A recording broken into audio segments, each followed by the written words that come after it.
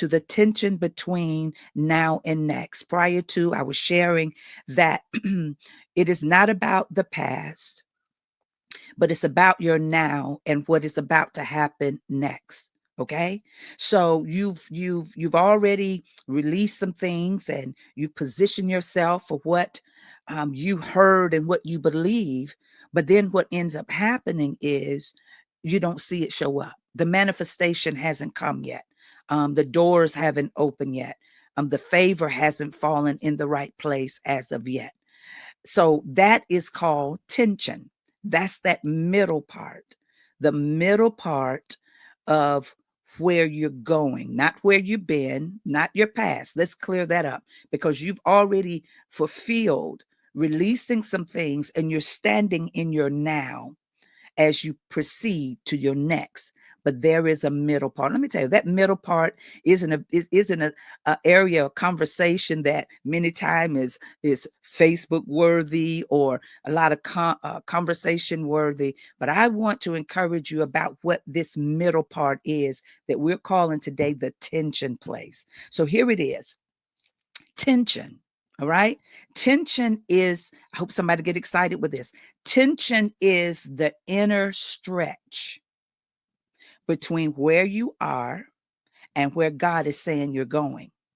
It is that invisible pull, okay, of purpose against a visible reality of your current position.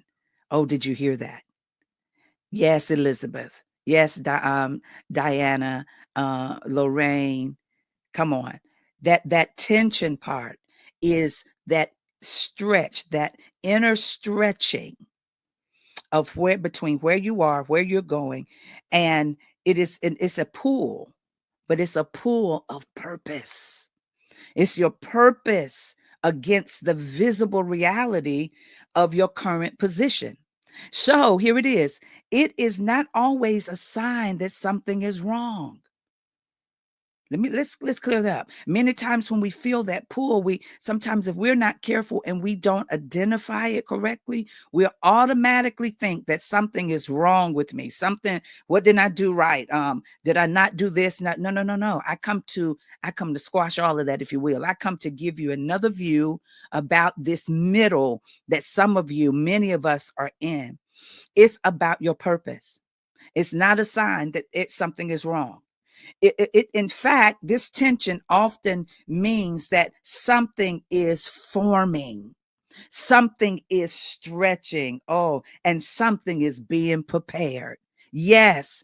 Can you get that? Can you hear that? So that inner stretching is not, I don't want you to start thinking that there's something wrong. That's it, Miss Kelly. It's a pull of my purpose. That's what I'm feeling. I choose to believe it's my purpose that is pulling me, and that's not something that's just automatically wrong with me. Do you hear what I'm saying? There is a pull to your purpose. There is a pull to your next.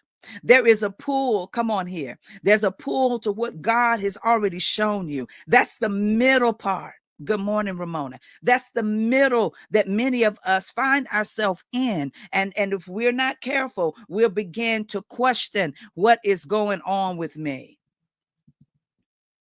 But it's not. I come to tell you, it is purpose that's pulling you.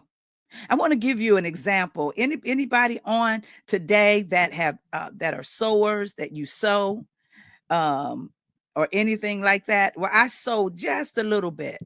I don't do it as much. That's right. Declare it's a pull to my purpose. It's a pull to my purpose. Anybody? I meant to get one this morning before I came on live. There is something with a sewing machine. Let me see the hands of those that are people that sew, that do some sewing. All right. So there is something in sewing that is called tension. All right. Berlinda. So you understand there's something that's called tension. So when in the world of sewing, and even in embroidery, tension is everything. It is that little hidden bobbin. It's a bobbin. All right. And it is underneath. It's not up top where you can see everything, but that bobbin is in a position. And that bobbin, if the tension is not correct, what's going to happen? There's a lot of different things that will happen if the tension on a sewing machine with that bobbin is not correct. If it's too loose, what happens? The thread forms loops and the stitch is weak and the fabric don't hold together. Am I making an illustration today? Yeah. And if the tension is too tight, the thread pulls the fabric and the fabric puckers and the design becomes distorted. So it's that it's not on top, but it's underneath. And that is how the power of God works. He works underneath while everybody see what's out front. And that is why it's important that you understand tension. I just had to give you that quick little illustration. I'll probably get into it later at another time and just really dig into that. But I think that's a good place to study, to understand that this tension, in order to create the seams and the stitches in embroidery. I have an embroidery machine as well, and I'm getting used to it, making sure the tension is right, making sure that when the threads come through, that it locks in like it needs to create the image that I saw in my mind.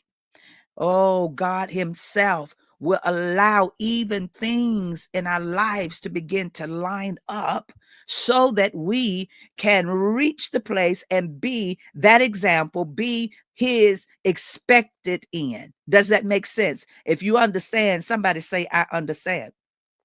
Also, let's think of tension as tug of war, a divine tug of war between what is and what will be, what you feel and what you believe, what you're experiencing and what God has promised. All right. So that tension in the space, and tension is the space God allows to stretch your trust. Here it is, without breaking your faith. Oh, do you hear what I said? That tension is the space God allows to stretch your trust without breaking your faith.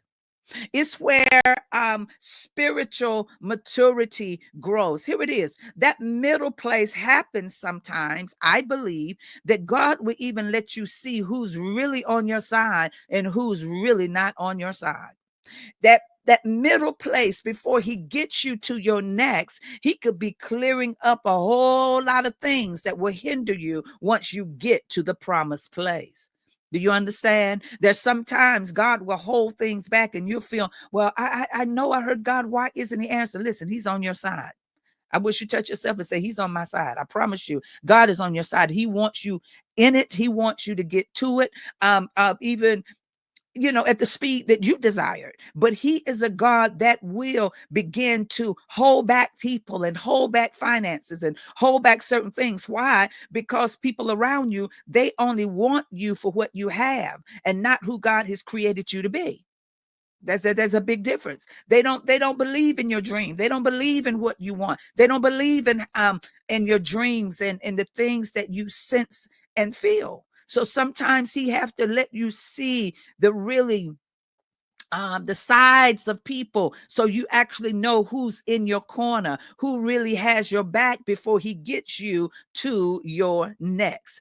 Because I come to tell you that next is on schedule. Your next is on schedule. Yes, it is. You're just in a now dealing with a middle, but your next is on schedule. I wish you touch yourself and say, my next is on schedule. It's still on schedule. We just have to deal with this middle place right here. The middle. What could it be? It could be health. It could be financial. It could be whatever it is, your kids, whatever the middle is. It could just be you learning how to trust God.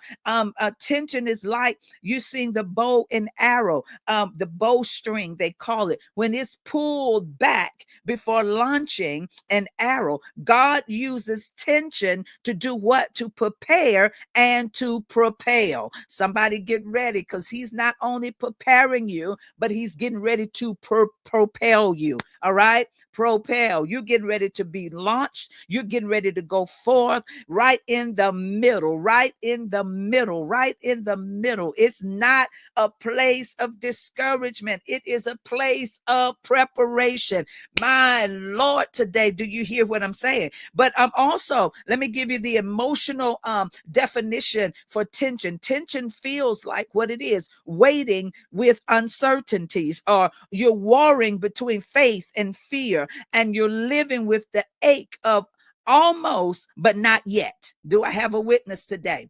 That's the emotional part. You may be serving faithfully, encouraging others, and showing up in obedience, and you're carrying the silent ache of purpose you haven't seen fulfilled. Do I have a witness? Anybody ever been there? Anybody ever been there? But it's hope, and it seems like it's hope and heaviness, they hold in hands. Yeah, you feel the weight of it, but you still have hope. Let me tell you, in daily life, tension shows up when you're in transition and nothing feels stable. Do you hear me? You have vision, but you lack resources. Anybody with me? You have vision, but you don't have the resources. All right. You're walking in obedience, and some people are still dealing with opposition. You're doing what God said, but not seeing what he showed.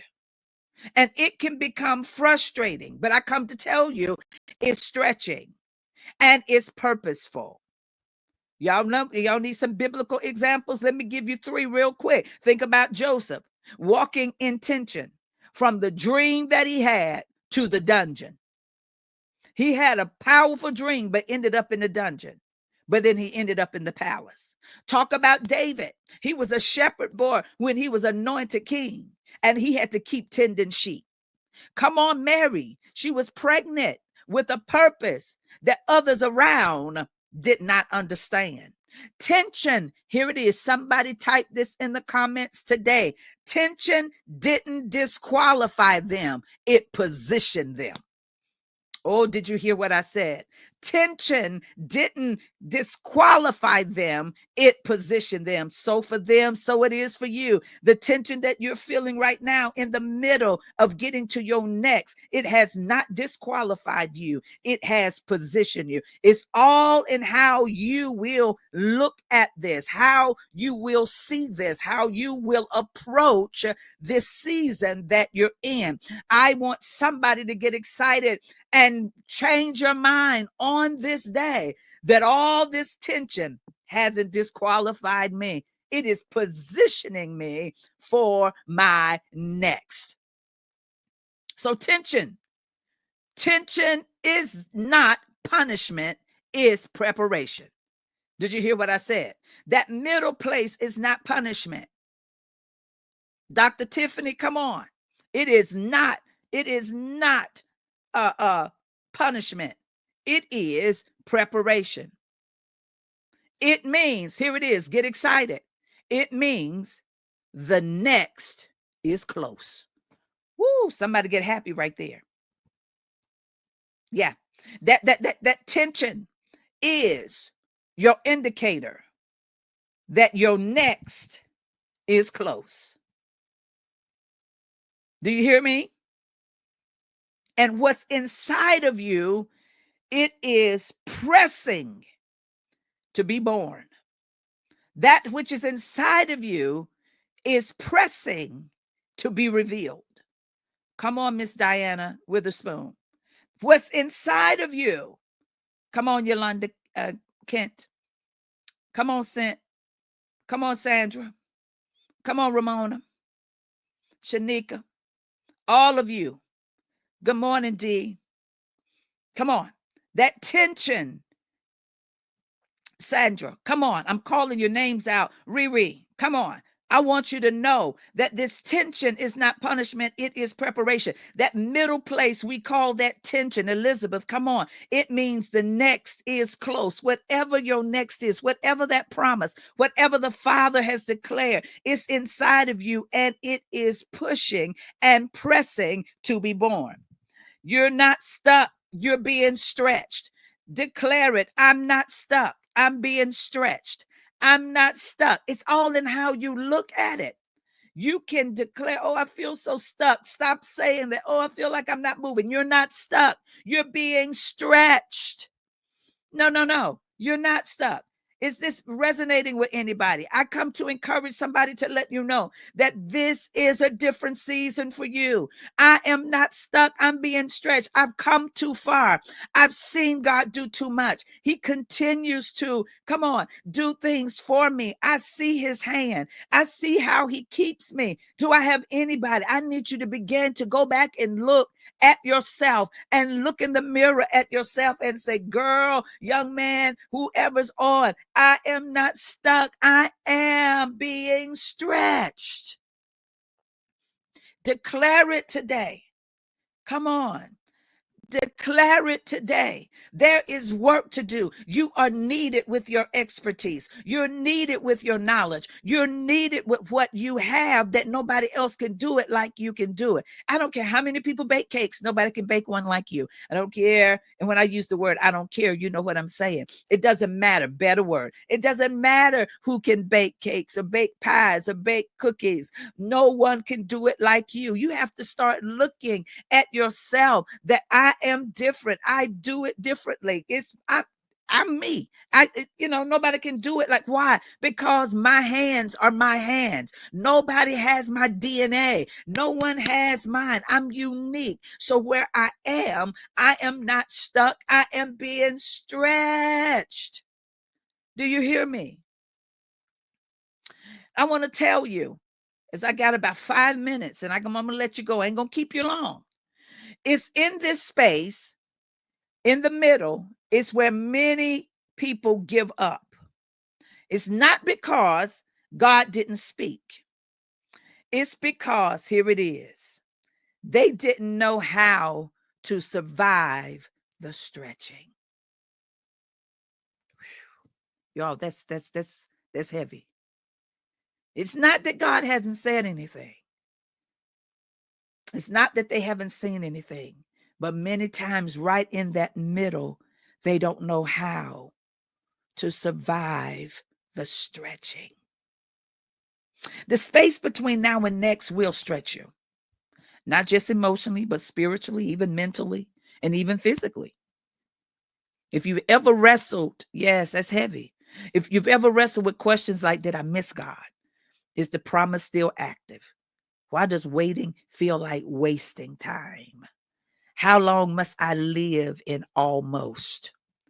But here's what I need you to understand. Stretching is proof you're still growing. Elizabeth, that is very heavy because many times we give up in the stretch. You don't know how to survive the stretching because your eyes will begin. Let me find it in my notes because I have it in here. It was at the end. Because in the midst of that, I'll go ahead and give it to you. So what do you do in the tension? That's it. What do you do when you're in the middle and you feel the tension of that and surviving the stretch? Don't know how, why? Because you begin to look at surroundings and thinking, man, I've been doing this much longer. Seems like everybody else is ahead of me and everybody else is getting theirs and everybody else is, wow. And it's those feelings that will cause you to cave in to your own thoughts and emotions because of what your eyes see around you. So what do you do in the tension? Number one, you have to acknowledge your emotions without surrendering to them. I think that's somebody, if I could get a scribe or to type that for those that may watch this on replay. You have to acknowledge your emotions without surrendering to them. It's okay to feel frustrated. It's okay to cry, but don't let those feelings dictate your direction. Let faith lead you, even when feelings shout louder. Thank you for writing that. Come on. Come on, Diana. You can do it. Come on, Miss Witherspoon. You can do it. Here it is. I'm giving you some things to redirect that middle place. You have to acknowledge your emotions without surrendering to them. All right. And when I mean surrender, is giving up. I believe what my emotions are telling me. Emotions have a way of bringing clarity to something, but you have to be careful not to allow those things to create a narrative for you, especially if they have you feeling like giving up and I can't do this and I'm just done. I'm just done. I'm tired of trying. I'm tired of helping people. I'm da da da. So you have to change your language with that, and it's real. I'm not denying that what a person feel is real, but what we have to do. That's why I said you got to have the right people in your corner.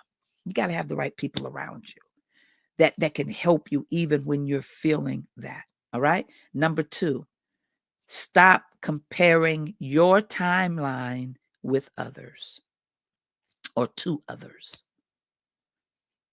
Absolutely, Ramona. You know that. Number 2, stop comparing your timeline to others. Somebody type that in the chat. Number 2, stop comparing your timeline to others. God, here it is. God doesn't do copy and paste miracles. Come on. Come on. Just because it happened for them in 6 months doesn't mean your promise is invalid. Stay in your lane and trust your pace. Did I help about, I don't know, on one of the about 80 people of y'all or so? Do you hear what I'm saying? Yes, absolutely. Emotions have the power to create. And we have to be very mindful of how we and I love God made us emotional. He made us to feel. So we don't shut off feelings. Some people can become very stoic in their life. That's not what it's about. It's about processing that so that you can continue to move on to your next, and how you process it will be a testimony that you can help somebody else along the way. Make sense? But I like number 2, stop comparing your timeline to others. He doesn't do copy and paste. Just because they got theirs in 6 months and you've been waiting 6 years. You got to look at yourself and say, well, what he has for me is mighty, mighty, mighty, mighty, mighty, mighty big. Or he's setting some things up in place. Do you not realize that God has a way of, when he gets it to you, he's going to get it to you debt free, free of charge? Come on. Where you don't have the mortgage or you don't have whatever it is, or he gets you the land. He's waiting on some things. Yeah, absolutely. So we have to be careful that we stop comparing your timeline to others. Number 3, rehearse the promise daily. You got to rehearse the promise daily. Keep the word before you.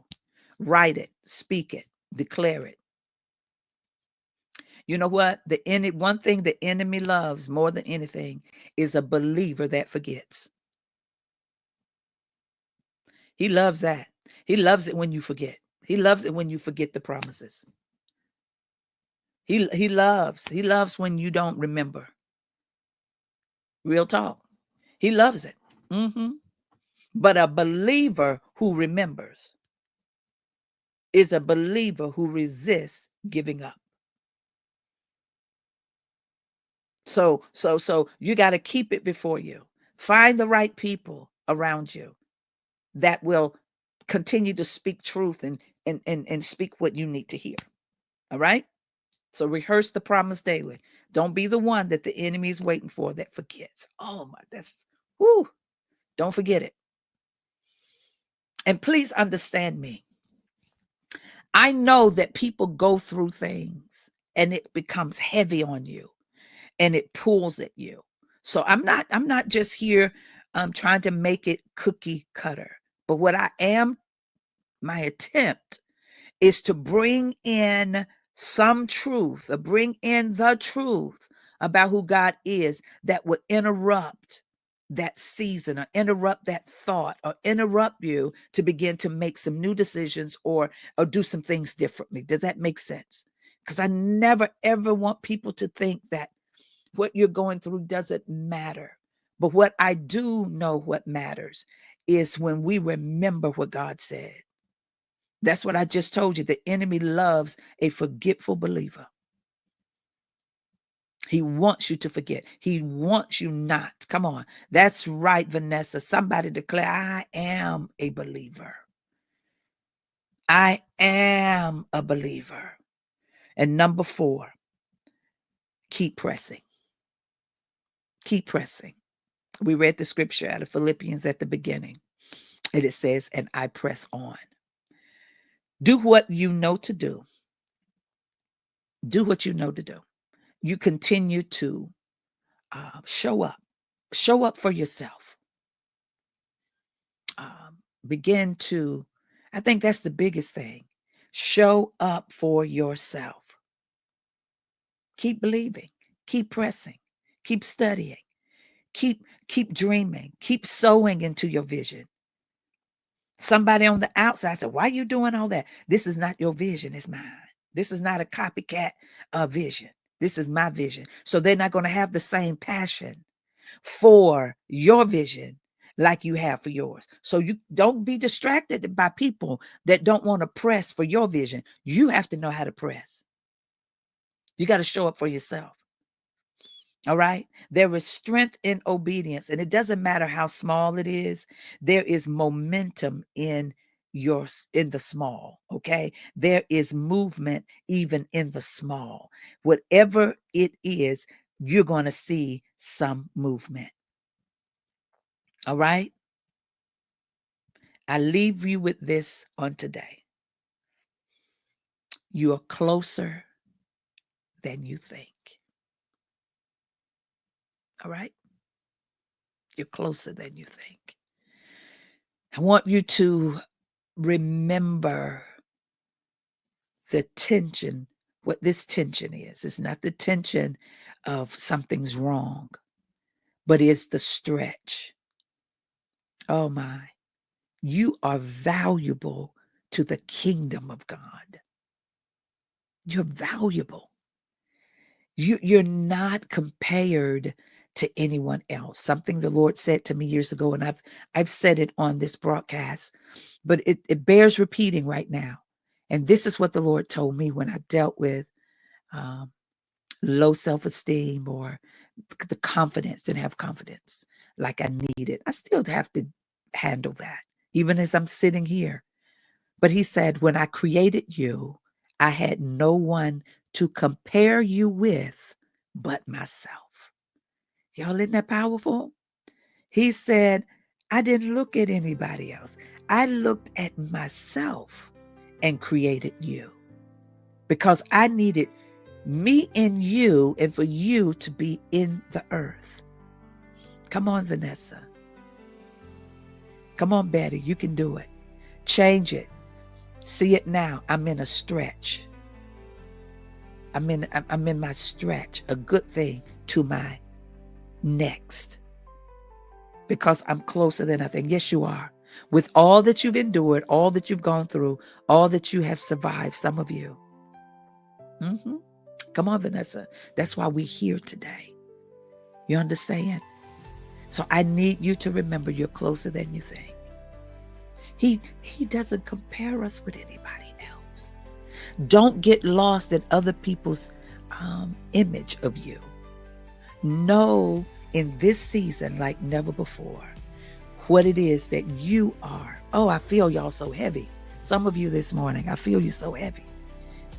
I tapped into something because you've been trying to identify what this is. It's just the middle, and you're going to survive it. You're not going to surrender to it. You're going to survive it and get to your next. I know somebody don't like the word survival, but this is a definition I use for survival. That means I live to tell the story. How about that? So I'm going to live to tell this story. People have no clue what you've been through, really. The toll that it had on you emotionally, even physically. All right? And I want you to remember that your next is upon you. Thanks for watching. If this blessed you, give it a like. Share it with someone who needs a word today. Until next time, keep pressing, keep praying, and keep believing.